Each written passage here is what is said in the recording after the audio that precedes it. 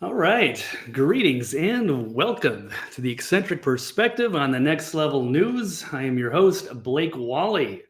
I have a jam packed show today. Got some major topics going on. Let me see if I can pull these up.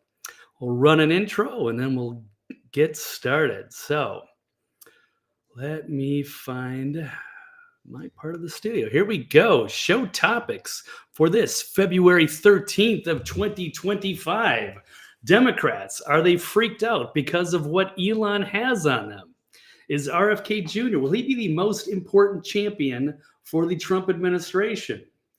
And are we in the midst of a monumental constitutional crisis? And are liberals mad because they didn't enact the DOGE policy? Say themselves cut off there. How about DOGE? Is it just paving the way for an American artificial intelligence takeover?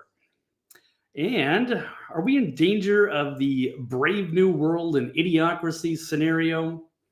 And finally, is Pat Mahomes Sr., not to be confused with Patrick Mahomes of the Chiefs, but his father versus outspoken former pitcher John Rocker. Is that a fight worth seeing? So these topics and more coming up on the other side of this quick intro.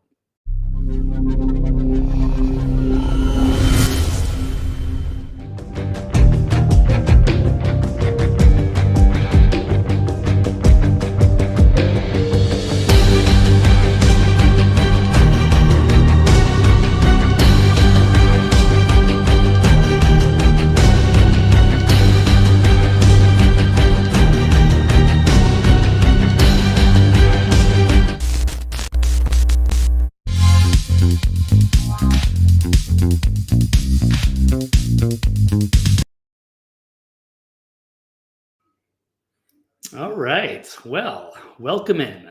All right. Well, let's begin. So I think I'm going to be doing these shows probably Tuesday, Thursday, 4 o'clock Eastern.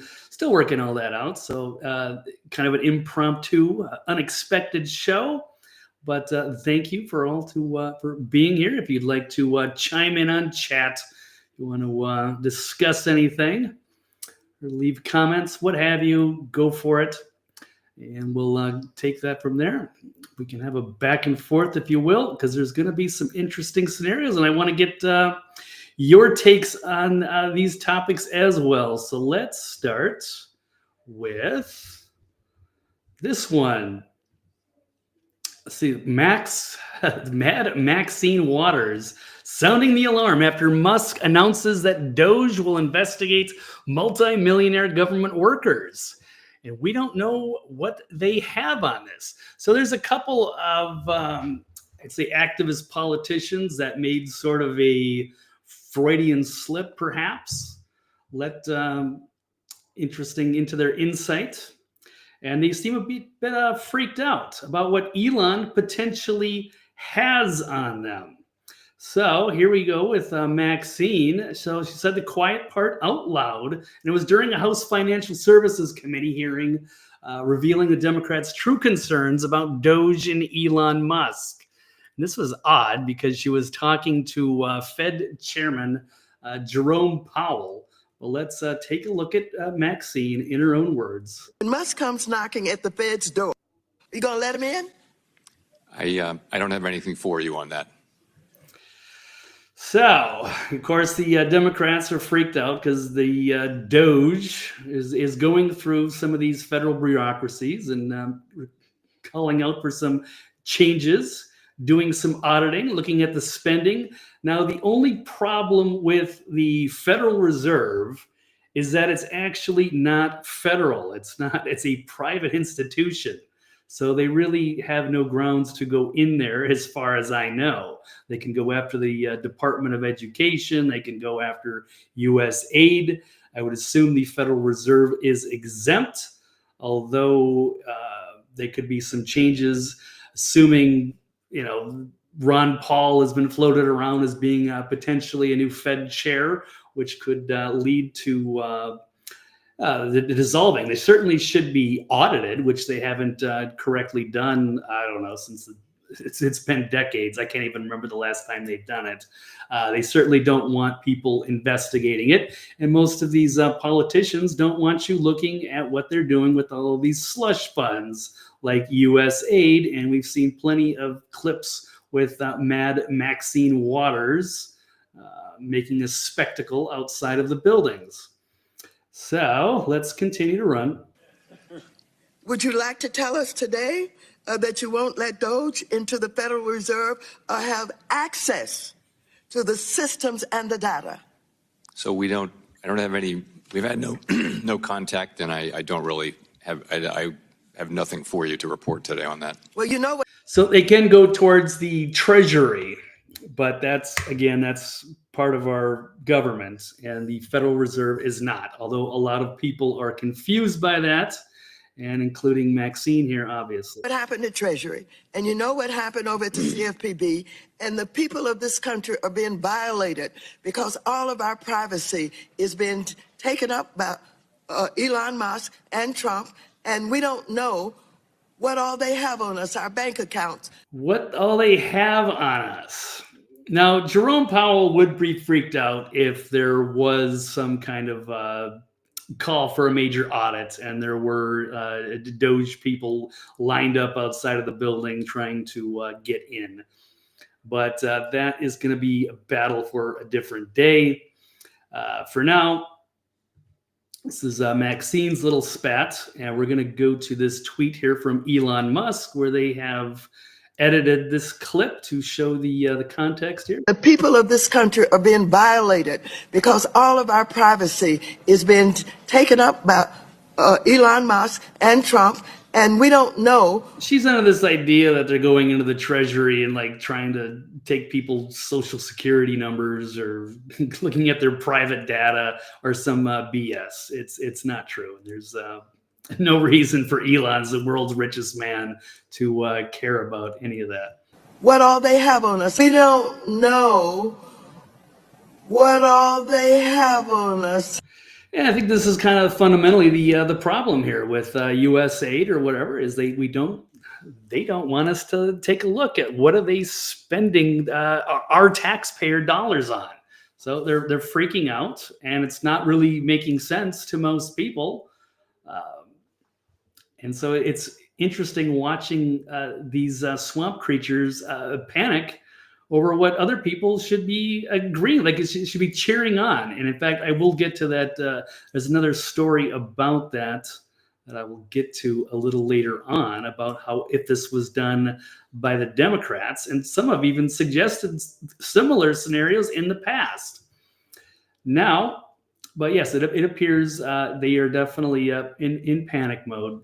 And that's all good. They did it to themselves. So they've been hiding their expenditures, spending our money, and now they're trying to cover it all up. So why don't we move to the second topic? And that's going to be RFK Jr. And will he be the most important champion for the Trump administration? So some very good news here. Now, Tulsi Gabbard has been, she's in now. She has gotten through her process, and Robert F. Kennedy has now been confirmed for the health secretary.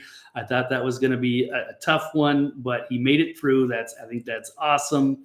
And now we're waiting on Kash Patel. I've been away for a couple of hours from the world of Twitter and breaking news, but perhaps that's been confirmed. I'm not sure what time that is scheduled at, but if I see something on the news feed, I will certainly bring it up. But all right, the senators confirmed RFK for Health and Human Services Secretary after the controversial nominee successfully eased the rest of the lawmakers' concerns over previous views on controversial issues like abortion and vaccines. Just barely 52 to 48. I think Tulsi had a pretty similar. Of course, Pete Hegseth was a tie, and then was brought in 51 to 50 with VP JD Vance. But I'm going to bring up a cool tweet by Health Ranger Mike Adams saying before the, he's obviously into health and nutrition and has firmly behind RFK Jr. and Make America Healthy Again. He says he publicly stated RFK was the strongest reason to vote for Trump, including, for a lot of the classic liberals as well, or perhaps even libertarians. This was a candidate for, different parties. This kind of transcended the typical party lines by bringing in, say, RFK or Tulsi, people who have been mostly associated with the Democrats under the MAGA Trump party, or the new version of the Republican Party. So he said that RFK would be the single most important champion of the Trump administration. However, in light of these stunning achievements that are now being demonstrated by Pam Bondi, Tom Homan, and the DOGE team, and Trump himself, he has to admit they're all kicking ass beyond anything I could have hoped for. This is truly an amazing time to be alive, and we are blessed with this once-in-a-lifetime opportunity to rescue this republic and end the Democrat tyranny forever. I should just say the deep state tyranny forever. We can lump in all of the Bush, the neocons into that as well. And I totally agree. This has been an amazing few weeks. It feels like everything's changed, and we now have a new country and a whole brighter future. It doesn't feel like we're completely, occupied in this absurdist dystopia with clearly a puppet president who had dementia, and the media pretended like everything was fine. We didn't even actually know who was running the country. Now we know who's running the country. Although there are a lot of, freak show leftists that are trying to convince us that Elon or Vladimir Putin are actually, puppeteering Trump. It's really it's ridiculous. So, yeah, I think this is a pretty awesome time. It is a historic time to be an American. I haven't been this excited in a hell of a long time. I don't think there isn't one, because we've been in sort of it feels like a dark age since 9/11.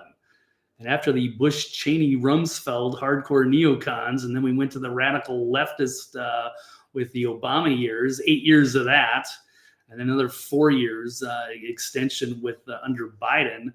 It was pretty dark. So we came so close to losing our beloved republic. But thankfully now we have hope. Now, one person, speaking of the old world Bush neocons, one person voted against Tulsi and RFK Jr., and that would be Mitch McConnell, who's been a U.S. Senator for decades. I don't know, he's well into his 80s, and here he is.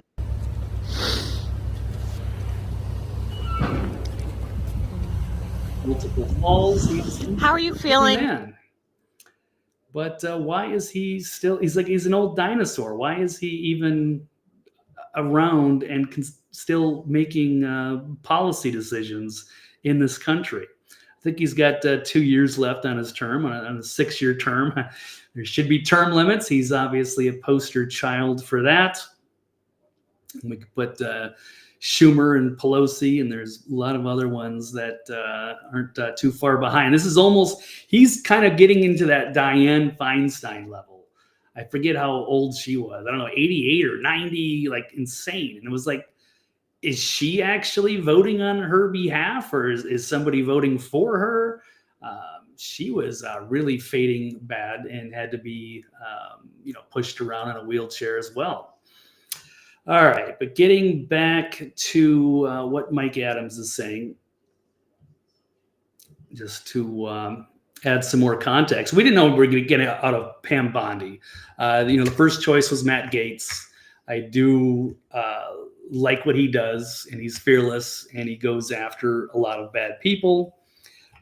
He just had some shady stuff in his background that kind of ruined his chances at becoming attorney general, and that's okay. He can still play a pretty substantial role in a different capacity. But speaking of, just kicking ass, Pam Bondi, the first Trump term, I mean, we had a lot of other different people. Was it like, Jeff Sessions was the attorney general who was useless, or Rex Tillerson, Secretary of State. They had a lot of people. I mean, they were all well-intentioned, and he tried to, work together with the neocons, and it just didn't work. It seemed like they were constantly trying to undermine him.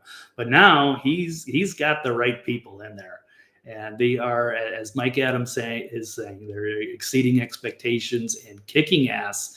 So Pam Bondi, right now, she's charging the New York governor, Kathy Hochul, Attorney General Letitia James, and even the DMV chief, Mark Schrader, over sanctuary policies, and saying this is a new Department of Justice. So they've sued Illinois, and New York didn't listen. So they are going to make big changes to these sanctuary city policies here in the name, say for national security. So they're taking steps to protect Americans, American citizens, and the angel moms, like the mom standing right behind me. So a lot of these angel moms they had daughters that were victims of abuse from illegal aliens. Criminal illegal aliens that never should have been in this country, but only were because that was just an insane policy. These open border insanity, as it appeared that the Democrats, fearing their not getting their future votes, decided to import them through the wide open southern border. But now they're putting a stop to that, and they're going to start with the criminals first, and then start deporting some of the other people that do not belong here, did not come in here the proper way. So that is good to see, because, and let's get a couple more quick stories on that note. You got the border czar, DHS secretary, suggesting that the FBI is leaking information about the ICE raids. So that's Kristi Noem, Governor South Dakota, who is now the DHS secretary, and Tom Homan. So there's actually leaks. So somebody in the FBI, apparently, or at least that's what they think, is leaking the ICE raids. So when they're trying to, say, crack down on the Tren de Agua or the MS-13 gangs, the criminal illegal aliens that have taken a refuge here in America, I wouldn't call it that, but terrorizing communities, and they should be arrested and deported or put into Guantanamo, what have you. And the FBI is actually leaking that out. This happened, I guess, in Los Angeles. So, but I mean, it's very dangerous. So Homan said Deputy Attorney General Emil Bove told him that he promised not only will this person lose their job once they find this leaker here, lose their job and pension, but they will go to jail. Yes, because that is basically aiding and abetting a terrorist group. So it's not so much that they're just gang members. I mean, Trump has claimed, signed by executive order, that these are terrorist groups, and they are terrorizing communities, like they're taking over an apartment building in that was in Denver, Colorado, Aurora, I believe, which was a major national story. So they're giving the bad guys a heads up so they can escape apprehension. And it's only a matter of time before they walk into a place where there's going to be a bad guy who doesn't care. He's going to be sitting and waiting for the people to show up and ambush them. This is not a game, but the ICE officers' lives are being put at risk due to the leaks. Yeah, it's not got to be, it can't be an easy job to go after these violent criminals and arrest them, but it's certainly easier when you can make a surprise raid. And why do we want this? Well, here's one that's in my backyard. This is out of the Tennessee Star. You've got 8 Venezuelan nationals, including 2 of these Tren de Aragua. Sorry, I called it Agua. But gang members charged in human trafficking operation in Nashville. So, U.S. Attorney Rob McGuire, during a news conference, said the indictment alleges that all 8 of the defendants conspired to transport women from South America into the United States and compelled those women to engage in prostitution. They would lure these women to Middle Tennessee from South America with the false promises of a better life. But once the victims arrived, they were bullied, intimidated, and they threatened and to have sex with strangers for illegal profits that they were making. So they're basically just sex slaves in a while. And so once the victims were effectively cut off from all their friends and family, they were told that they had skyrocketing debts, debts that no one could ever pay. And they were told that the only way to avoid those debts was to have sex with strangers for prostitution, forced prostitution. So this is what we don't want. Now, if this was Biden or Kamala, this wouldn't have happened.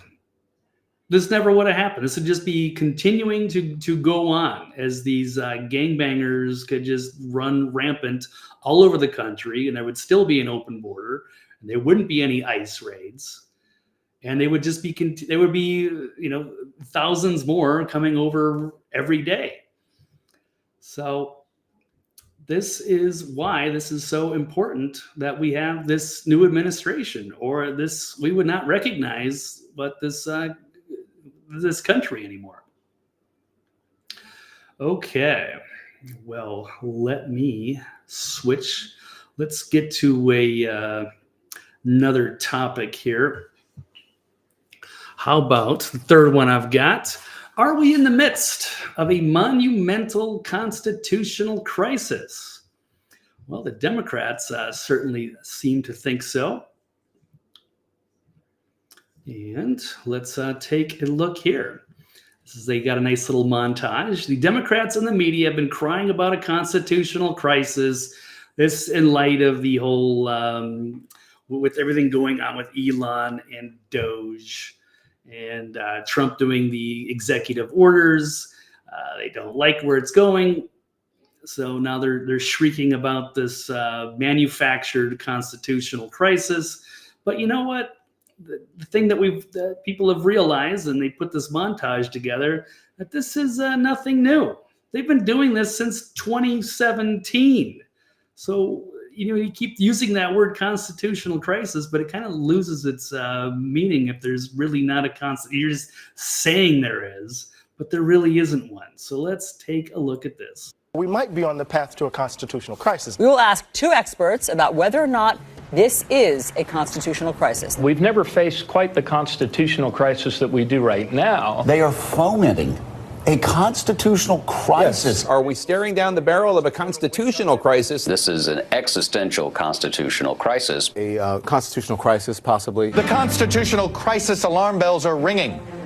But is anybody listening? We're now like one subway stop from a real constitutional crisis. We are in effect, a constitutional crisis. Constitutional crisis. We're hearing it over and over again. Nancy Pelosi's already said that Donald Trump is unfit for office. She said that he belongs in prison. She says that we're in a constitutional crisis. If that's not enough to begin an impeachment inquiry, then what on earth is? Warnings of an impending constitutional crisis ripped through the nation's capital. There are experts who are saying this is a constitutional crisis. We are at a dangerous time in our history, a constitutional crisis that probably is the most severe moment since the Civil War. New warnings of a constitutional crisis just weeks into Trump's second term. The stage is set for a constitutional crisis. Could this signal the start of a constitutional crisis? Legal experts say our country could be headed toward a constitutional crisis. They're calling this a constitutional crisis. This is a constitutional crisis. I am unapologetic in suggesting we are in a constitutional crisis right now. Are we already in a constitutional crisis? Those 2 words, right? Constitutional crisis. Yeah. So what has changed? Everything's a constitutional crisis for them when they just don't get their way, I guess. I don't remember them saying anything like this when Biden was in there. I thought that was kind of a constitutional crisis. They should have used the 25th Amendment on that guy. He clearly had dementia. He was clearly failing, so we didn't know who's actually running him. Who's puppeteering? He didn't even know what executive orders he was signing. That was a constitutional crisis. But Unfortunately, that's just the way that these things have devolved with the Democrats. And here's another poster child for that. This is Ayanna Pressley, who is calling, I believe she called Elon Musk like some sort of Nazi nepo, some baby, some awful thing as they're doing these little protests. They're throwing these little temper tantrums outside of government buildings. But this was the other one with Maxine Waters. It seems like it's a Freudian slip type of thing, where it says Democrats willing to work with anyone who's serious about doing the work of censoring the American people, after speaking at a recent rally to express her approval of censoring American people if she doesn't get access to our wallets. This is a quick clip here. Look, let me tell you something. I'll take a bit of umbrage here. I'll speak on behalf of my colleagues. I think I can say we are all willing to work with anyone who's serious about doing the work of censoring the American people and advancing progress.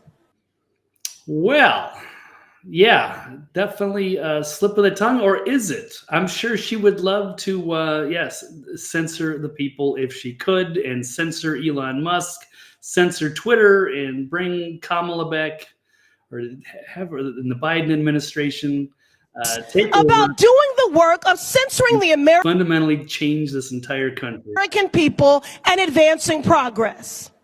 That's right. But they are not serious. I don't think she's very serious, and I think she needs a civics lesson. It's the last thing. It's the cornerstone of our entire republic is built on free speech, not censorship.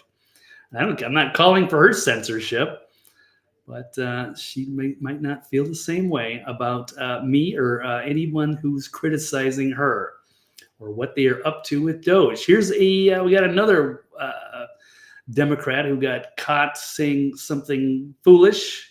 One of these rallies again, this time it's Maxine Dexter, provided a moment of pure clarity when she was told she just had a half minute to speak at the never-ending Screech Fest. That's a good one, the Screech Fest protest. So let's take a look at this. So cover your ears. There is a profanity if you are offended. I've been told I have 30 seconds, so I am going to tell you that we do better make that 30 seconds count. Have to. I don't swear in public very well, but we have to fuck Trump.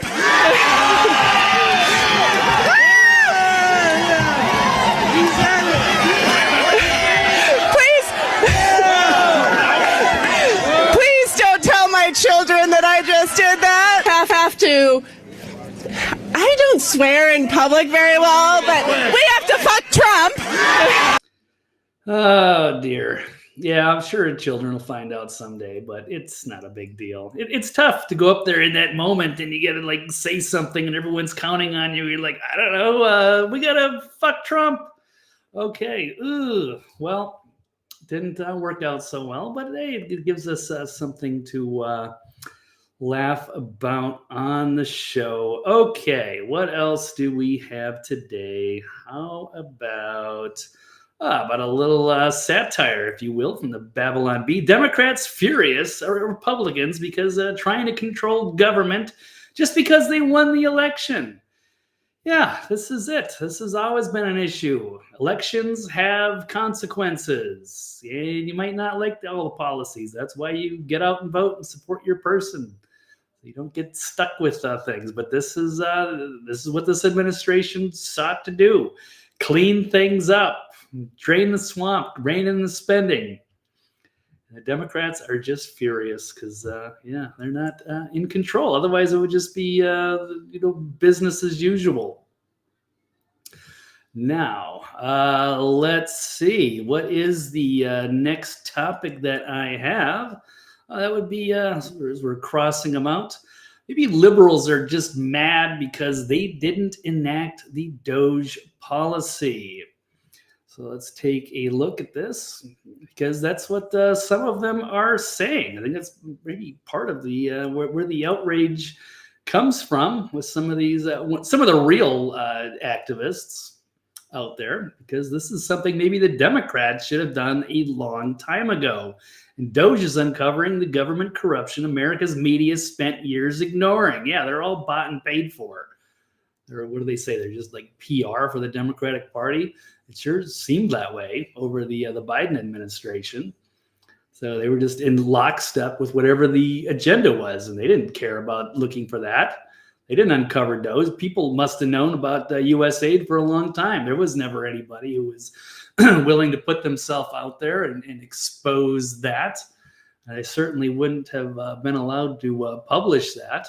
It's just, everything's controlled now. It's a different type of media. It's not the free press that holds these powerful people accountable. Powerful people have bought up the press, and they control what is said. So for an industry that fashions its participants as diligent truth seekers dedicated to uprooting government corruption, America's legacy media has once again shown itself to be its biggest defender.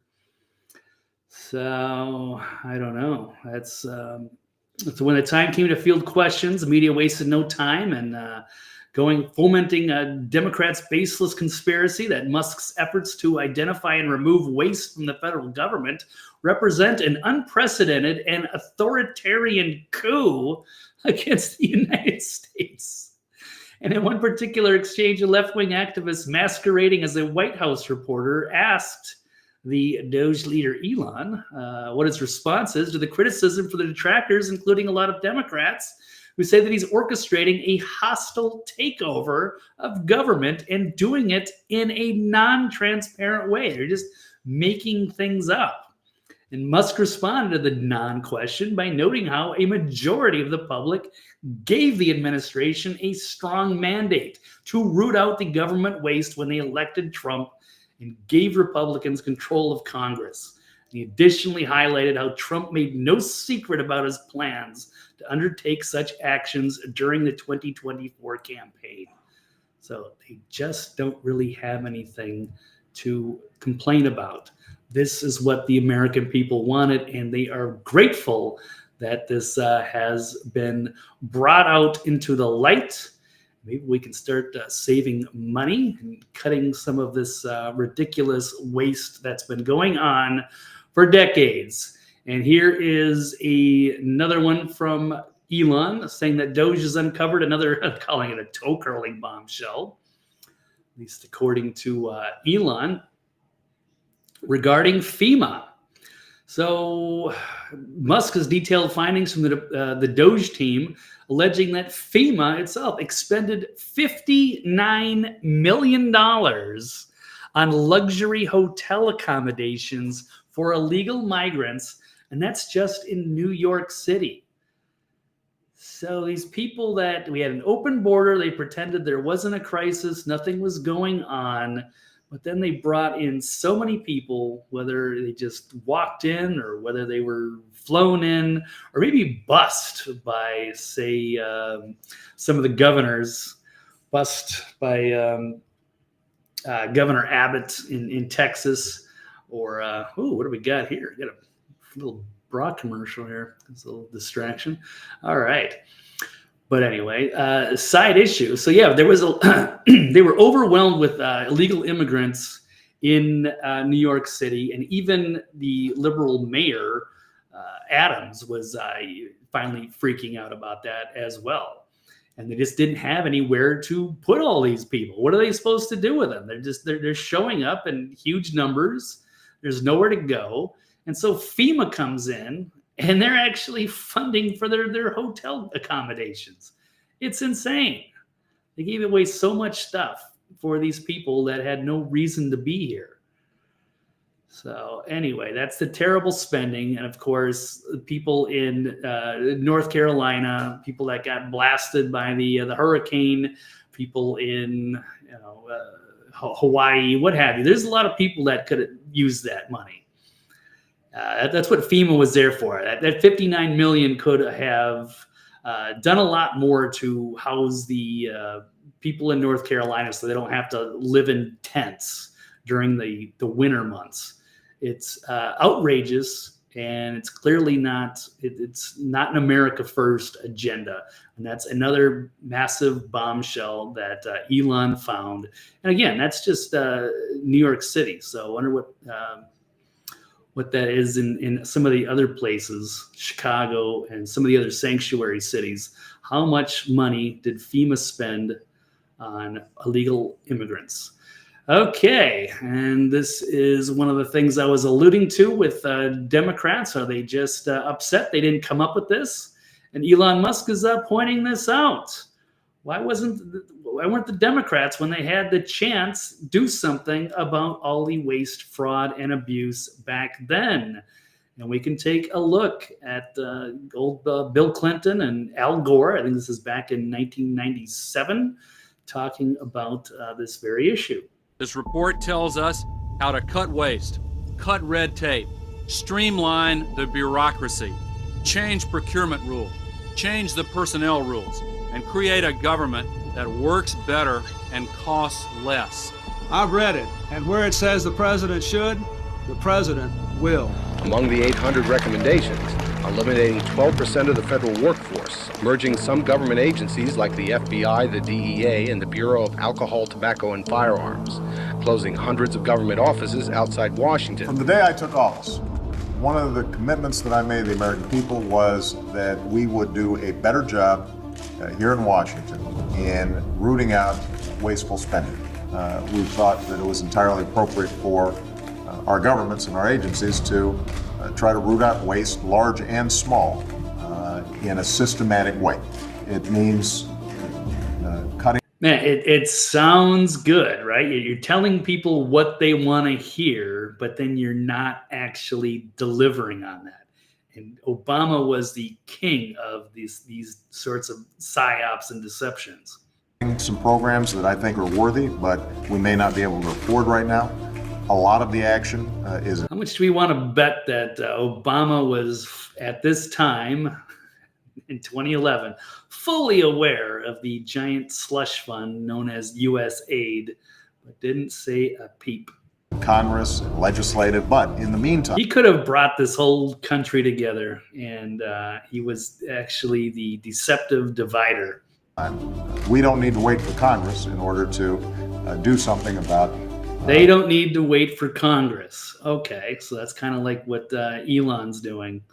Wasteful spending that's out there. We haven't seen as much action out of Congress as we'd like, and that's why we launched on our own initiative the campaign to cut waste. And we're going to keep on finding every possible way that we can do that. They probably found a few things and they were like, nah, we don't want to take everybody's fun money away. So nothing ever came out of this that I'm aware of. But let's find another Democrat back in 2009, 2 years prior to that. You had Chuck Schumer defending the what he calls the porky government spending and saying that the American people really don't care. So yeah, he's you think the head of the Senate there knows something? He knows where all the slush funds are. He knows about all the waste, fraud, and abuse. Yeah, he's just throwing it in your face. People really don't care. I mean, it's true. People really didn't care. They had no idea the depth, the scope of that. You know, people were outraged. It was kind of like during the Obama years, I think, when they started introducing all of these massive bills that would be like, you know, thousands of pages, and they give Congress like 48 hours or 72 hours to read it. It was impossible. These giant spending bills, and there'd be so much pork in them, and they would just, you know, blanket pass everything. That's just not the way. They set a new precedent, and they just got away with things for so long. This business as usual. But let's take a look at Chucky Schumer back in the day. And let me say this to all of the chattering class that so much focuses on those little tiny, yes, porky amendments. The American people really don't care. Really? No, I think we do care. At least they certainly care now that they've seen the astonishing amount of waste, fraud, and abuse. Okay, and then finally, I think this is the last on this topic. Here's some. This is refreshing. I'm not used to hearing left-wing activists get out of lockstep. I'm old enough to remember when they were grassroots, but now they're mostly bought and paid for, and they are usually just part of the problem and just go on their talking points. But these guys are doing a podcast and they admit Trump is getting stuff done and wish they had done what Musk is doing with DOGE. This is the Obama bros, and they're actually former Obama staffers who now do a podcast. I've heard of that. I haven't listened to it, Pod Save America. And they're still Democrats, and they still wield a surprising amount of influence on the left. And they admitted the obvious. Why didn't they do something like that? Now, because this is something that rallies the whole country together. And now the Republicans, well, I don't want to, it's the new sort of MAGA-style Trump Republicans are getting all the credit. And it's making the Democrats look foolish. So, let's see if I can pull up a couple of quotes here. Yeah, they all know government is slow. They all know government can be inefficient. They all know bureaucracy can be bloated. And they all worked in the White House. They tried to reorganize the government, tried to find efficiency, and it's hard to do. Well, it's probably not that hard to find, but what are you going to do about it? It's not like one of the Democrats under the Obama, in the Obama White House is going to blow the whistle on the U.S. aid spending. Of course not. It's not worth it. So they ignored it. It got worse. And now we all know about it. And Elon and Trump are getting all the credit, and they deservedly so. Okay, let's jump top. We got a couple more. Joe Rogan, kind of loosely on this issue. You got Joe Rogan saying that Elon Musk is going to relentlessly hunt down the corrupt Democrats, and they're messing with the wrong psychopath. Speaking of this, is now for one podcast to a different one. The podcast king, Joe Rogan, had a message for the Democrats and the weaponized government agencies and swamp creatures alike. It says, Elon Musk is going to hunt you down. So during a recent episode of his show, and Rogan, who is actually personal friends with Elon, they're also both went from California to Texas. Elon has been on the show multiple times, and he would know some of the inside baseball there. And they spoke about the continuing efforts to uncover government waste and corruption at the expense of the taxpayer through DOGE. So Rogan specifically addressed Democratic assertions that Musk is some sort of robber baron, evil billionaire after people's social security money. And it doesn't make any sense because he's got $400 billion net worth. So why would he want to deal with that? The thing is he's a super genius that has been fucked with. So, yeah, I don't blame him. The Democrats tried to destroy Elon. They wanted to ruin Twitter, destroy his businesses. They've gone after him and they probably, if Kamala would have won, they absolutely would have, the lawfare tactics would have gone through the roof against not only Elon, of course, with Trump, and the J6 people would still all be in jail. But now things have changed. So there's been an amazing victory. And so when you've been fucked with by these nitwits and hide behind three-letter agencies, and you're dealing with one of the smartest people alive, helping Donald Trump get into office and find out what corruption is really going on, you fucked up. And you fucked up with the wrong psychopath on the spectrum. He's going to hunt you down and find out what's going on, and that's good for everybody. I agree. Well said. And this can also be expanded.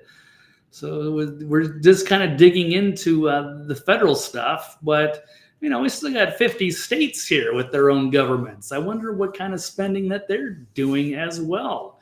So it's probably not Elon, but every state's got to have their own sort of representatives and start doing their own auditing as well.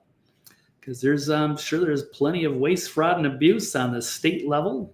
That would be interesting to see. I'll get all the data together to find out how much is happening per state or per capita or what have you. I'm going to find in California, they have abused so many programs out there. It's insane.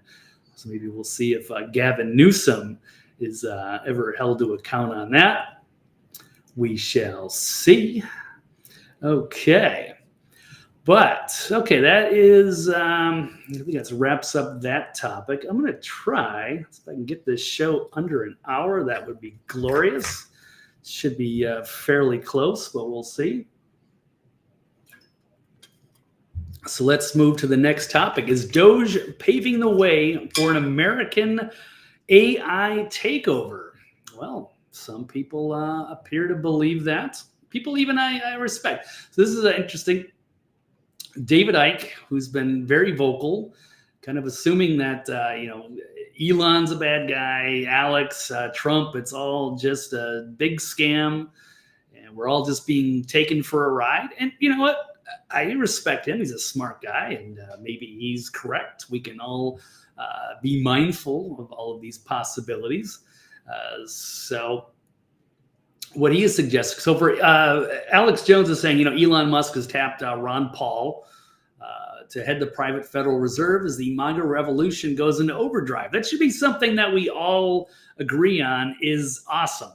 Ron Paul is maybe one of the best representatives that's ever been in Congress. He has been the voice of reason. So much of all the good things that are happening now are due to his influence and his changing of the Republican Party, whether it was kind of the Tea Party libertarian type wing that really rocked the establishment GOP. So, but David Icke is saying, hey, they're just tearing down the system they created to replace it with the next and even greater phase of human control through AI. It's called the Great Reset. Well, that certainly may be. I mean, Elon is certainly in a position where I guess if they were terrible people, they could certainly do that.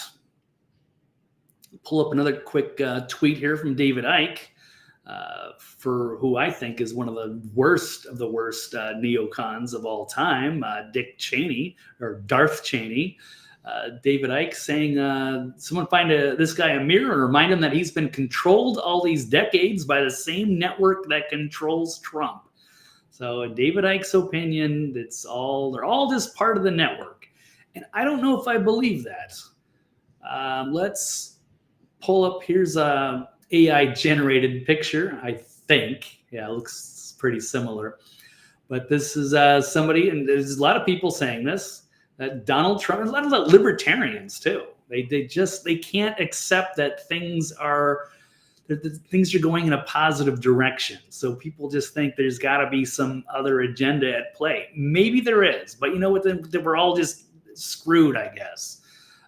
So if Donald Trump, Elon Musk, Alex Jones, and Tucker Carlson are all part of the false light and they're all working together, see, I don't believe that. Getting back to this tweet, and I think this is also fundamentally wrong. They try to control the elections by controlling both sides. So it doesn't matter who you vote for, whether it's right wing, left wing, whether you vote for Obama or Mitt Romney, it doesn't matter. If you vote for Hillary Clinton or Jeb Bush, it doesn't matter who wins because they are both controlled. And in this last election, they wanted to kill Trump. They tried to assassinate him. And it looked to me as though Nikki Haley was going to be the choice to take over for Trump. And in that case, you would have had, again, the establishment controlling the outcome of the election, because it wouldn't matter whether you voted for Kamala or whether you voted for Nikki Haley, because then you would be getting a controlled candidate that does, work for whatever shadowy organization, right? Your New World Order, your Illuminati, your what have you. your deep state. However, so I don't think those guys are all part of it. But is there a potential AI takeover? I guess we all have to be vigilant for any number of different things, be ready for anything. But I'm going to give these guys the benefit of the doubt. I think they're on our side. I can't imagine they're just like, getting together in shadowy rooms and taking orders from shadowy characters. I don't know. So we'll move on. I think. What is the next topic? Okay, well, we're definitely in a scenario where AI could be lead us to harm, which will get into my next topic. Are we in the danger of a Brave New World and an idiocracy type of scenario? So let's take a look at this video clip. So Elon saying humanity is risking a Brave New World scenario with the bimodal intelligence distribution, where he's talking about idiocracy. He was basically saying if smart people don't reproduce, but only dumb people do, then everyone's going to be dumb. It's something we have to be mindful of in the future. But let's check this out. I got to make sure I'm on the right speed. Okay, roll clip. Have you watched the movie Idiocracy? Ugh, I don't know if that's, I can't hear that. Yes. How do you guarantee that we don't end up in that world if we don't need money? This clip is not very loud, and I don't know if you guys are even going to be able to hear that. So I don't think I'm going to run it, and I don't think I have anything else. Do I have no, there's not even a closed captioning or anything on it. If AI can think for us and do all these tasks. But he's basically pointing out that if AI is going to be running all these tasks, and then we're just going to have all of this population that's just going to have it a little too easy. How do we not? They're not going to be working. They're not going to need money. He brings up some interesting scenarios, and I'm sorry if I'm kind of paraphrasing, because I don't know exactly what's being said here, and just the nature of time. I'll move on. That's the opening sequence of. So he's talking about the opening sequence of Elon, and there's just this natural sort of dumbing down of America, which is going to be a problem. It is a problem, and it's going to only get worse. And people could get a little too dependent on AI, and there's going to be a lot of people out there that aren't going to have jobs or what have you. There's things that there's going to be potential seriously problems coming down the pike in the future if we're not mindful about our own little agenda for America here. So here's just showing a little evolution of education and just how they've kind of dumbed down the tests by making things that people shouldn't. Just things have changed since I was a kid. Calculating the surface area of a rectangle. And how they've changed it over the years. I don't know if this is entirely accurate, but they've made it into multiple choices. They've made things a little too easy and simplistic, and it's really not challenging the kids' critical thinking skills. The Federal Department of Education has brought our standards down dramatically. It's had the opposite effect that it was intended. And that could be problematic going forward. So let's take a look. Actually, I don't know if I can. I'm not going to play the volume on this Idiocracy clip, but if you guys haven't seen the movie, highly recommended.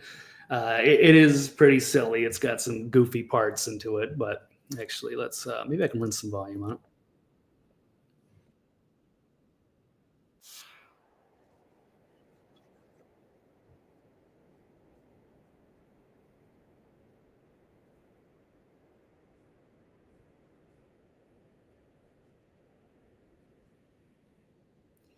So this clip here is these people have IQs of 138, 140, near genius.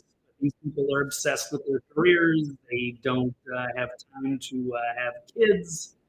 You'll see the contrast of the poorer people, perhaps the lower IQ people who are cranking out too many kids, and 500 years in the future, we have a really overwhelmingly stupid population who can barely tie their own shoes, which is kind of the premise of the movie, is that there's a 100 IQ guy who goes into a time capsule, wakes up in the future, and even at 100 IQ, which would be average in this era, in that era is like a super genius. He's basically the Elon Musk. And they need him to kind of save their civilization in a way with the Brondo and the crops and the what have you. Actually, I have a quick clip of that because that's one of my favorite movies, and I will probably roll this clip for the laughs from time to time. Here we go. Don't want to sound like a dick or nothing, but it says on your chart that you're fucked up. You talk.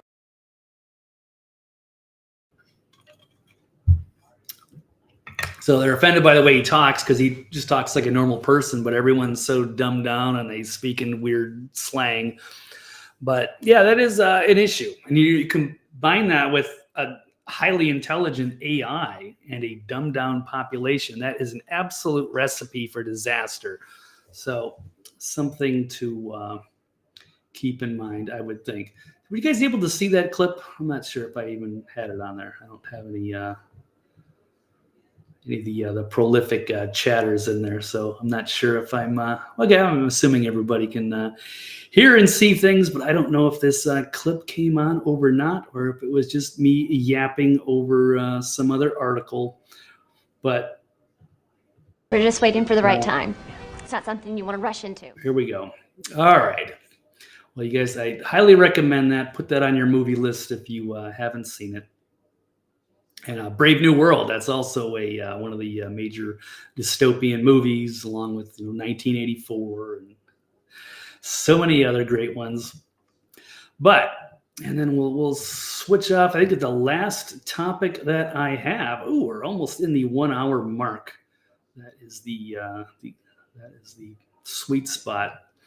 Okay. Lastly, and speaking of sort of idiocracy and the bread and circus and what have you. Actually, I got a quick stinger for that.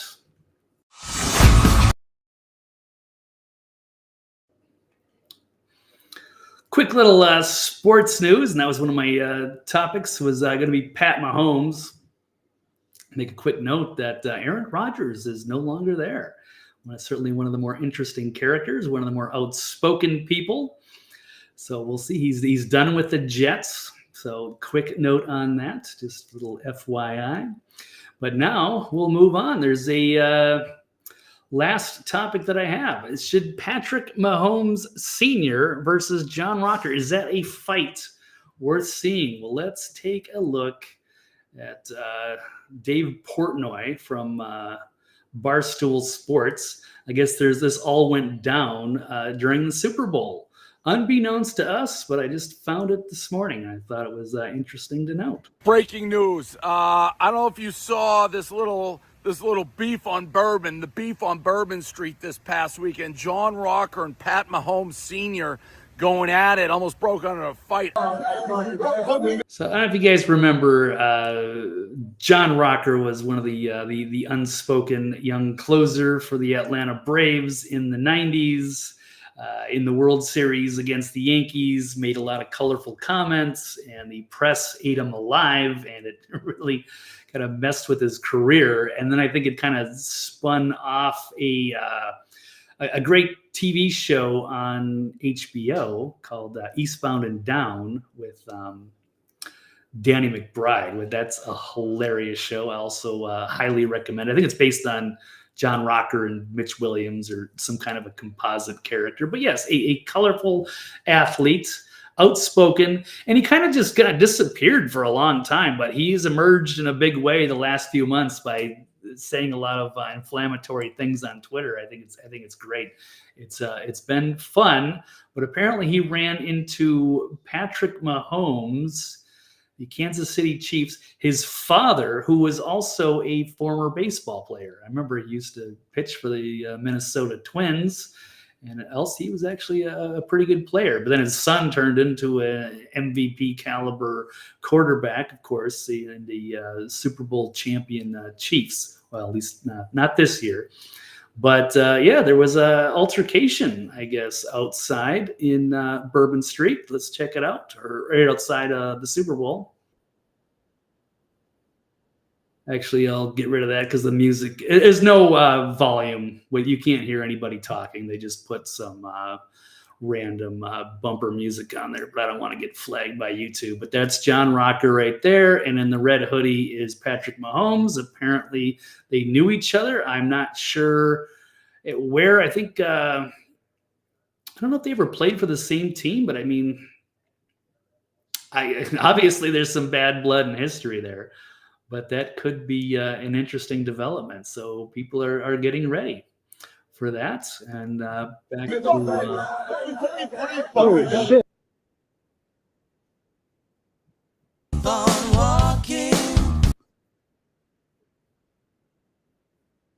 has beef with John Rocker. But they signed the fucking paperwork. Guess what we got, boys and girls? Rough and Rowdy, April 19th, Wheeling, West Virginia. Bad Friday. Two guys, none of this like, I liked Tyson, Jake Paul.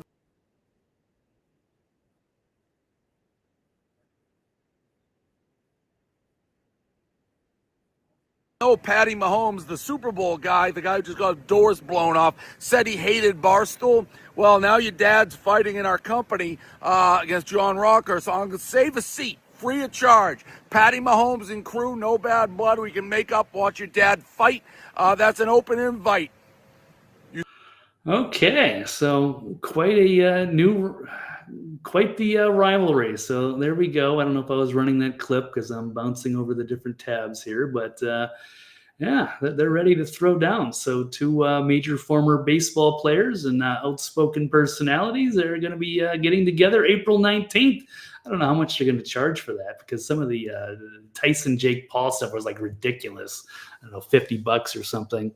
I don't know if it's going to be quite worth that, but it could be a fun little expedition. So there's my little bread and circus update. All right, so I think I've covered quite a bit in just 1 hour and 2 minutes. Yeah, I think that's kind of going to try to set that standard. That's going to be the gold standard, under 60 minutes, 90 minutes at the most, depending on what's going on. But I'll try to do a fast-paced news show. And I do appreciate you guys for tuning in. Like I said, I'm going to be trying to do these shows Tuesday and Thursday, 4 o'clock Eastern time. All of the good highlights of the day. I'll make some clips. So if you want to tune in for future broadcasts, you can follow me there. I will. Let me post a couple of. Let me get a stinger here.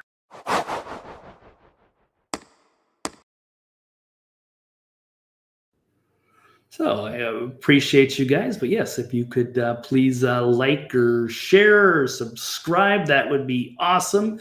And then I will see you guys next time, next Tuesday, or whenever you catch the archive that will be on my website at thenextlevelnews.com. You can follow me at Eccentric.